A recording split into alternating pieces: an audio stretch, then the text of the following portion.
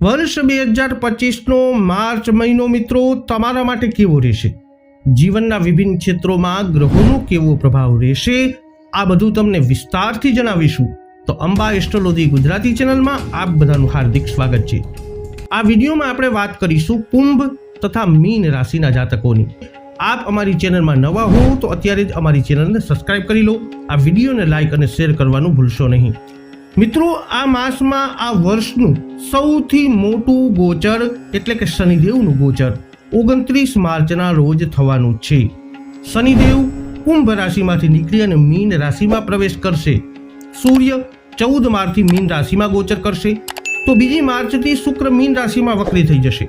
આ મહિને બુધ 27 ફેબ્રુઆરીથી મીન રાશિમાં ગોચર કરી રહ્યા છે. મંગળ 21 જાન્યુઆરીથી જ મકર રાશિમાં ગોચર કરી રહ્યા છે. તો આ પ્રમાણેનું ગ્રહ ગોચર કાર્યક્ષેત્ર, વ્યવસાય, વ્યાપાર, નોકરી, આર્થિક સ્થિતિ, પ્રેમ, પરિવાર, દાંપત્ય જીવન, શિક્ષા, સ્વાસ્થ્ય આ બધાની દ્રષ્ટિએ તમારા માટે કેવું રહેશે એ વિસ્તૃતથી જણાવીશું. તો અંત સુધી આ વિડીયોમાં અમારી સાથે જોડાયેલા રહેજો અને ફરીથી તમને રિક્વેસ્ટ કરીએ છીએ કે અમારી ચેનલને સબસ્ક્રાઇબ કરી લેજો. આવો શરૂ કરીએ. શરૂઆત કરીશું આ વિડીયોમાં કુંભ રાશિના જાતકોથી. તો આ મહિનો સામાન્ય રીતે કુંભ રાશિના જાતકો તમારા માટે કઠિનાઈથી ભરેલો રહી શકે છે.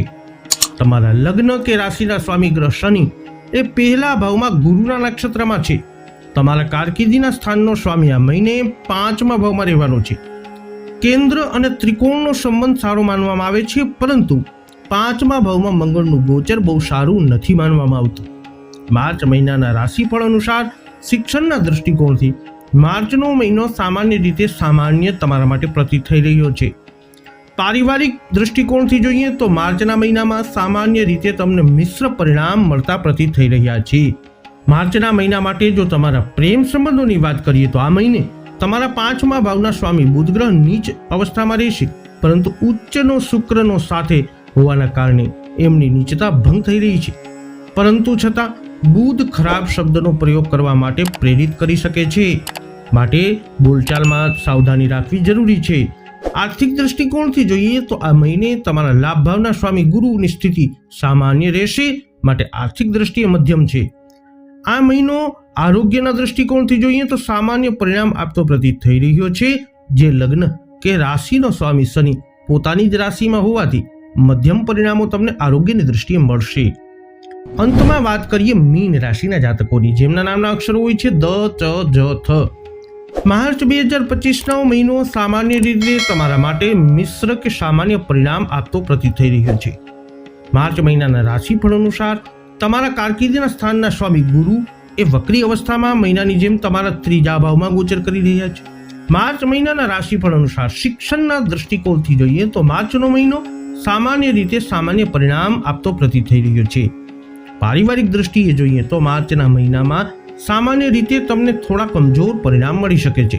માર્ચ મહિના માટે જો તમારા પ્રેમ સંબંધોની વાત કરીએ તો આ મહિને પ્રત્યક્ષ રૂપથી કોઈ પાપ ગ્રહનો પ્રભાવ તમારા 5મા ભાવ ઉપર નથી. આર્થિક દૃષ્ટિકોણથી જોવામાં આવે તો આ મહિને તમારા લાભ ભાવનો સ્વામી શનિ એ દ્વાદશ 12મા ભાવમાં ગુરુના નક્ષત્રમાં છે. આરોગ્યના દૃષ્ટિકોણથી માર્ચનો મહિનો તમને સામાન્ય લેવલના પરિણામ આપી શકે છે. સૌથી પહેલા આપણે કમજોર સ્થિતિની વાત કરીએ તો લગ્ન પર નીચેનો બુધ છતાં રાહુ કેતુનો પ્રભાવ એ નકારાત્મક માનવામાં આવે છે. તો મીન રાશિના જાતકો આરોગ્યને લઈ અને તમારે આ મહિને સચેત રહેવું જરૂરી છે. તો કુંભ તથા મીન રાશિના જાતકો વૈદિક જ્યોતિષ શાસ્ત્ર અનુસાર માર્ચ 2025નો ગ્રહ ગોચર તમારા માટે કંઈક આવી પરિસ્થિતિઓનું કરી શકે છે નિર્માણ. મિત્રો, આપ અમારી ચેનલમાં નવા હો અથવા તમે હજુ સુધી અમારી ચેનલને સબસ્ક્રાઇબ ન કરી હોય તો અવશ્ય સબસ્ક્રાઇબ કરી લેજો. આ વિડીયોને લાઈક કરજો, વધુમાં વધુ શેર કરજો. જ્યોતિષીય માર્ગદર્શન તમારે જો મેળવવાનું હોય તો તમે અમારો સંપર્ક અવશ્ય કરી શકો છો. ફરી મળીશું નવા વિડીયોમાં. જય અંબે.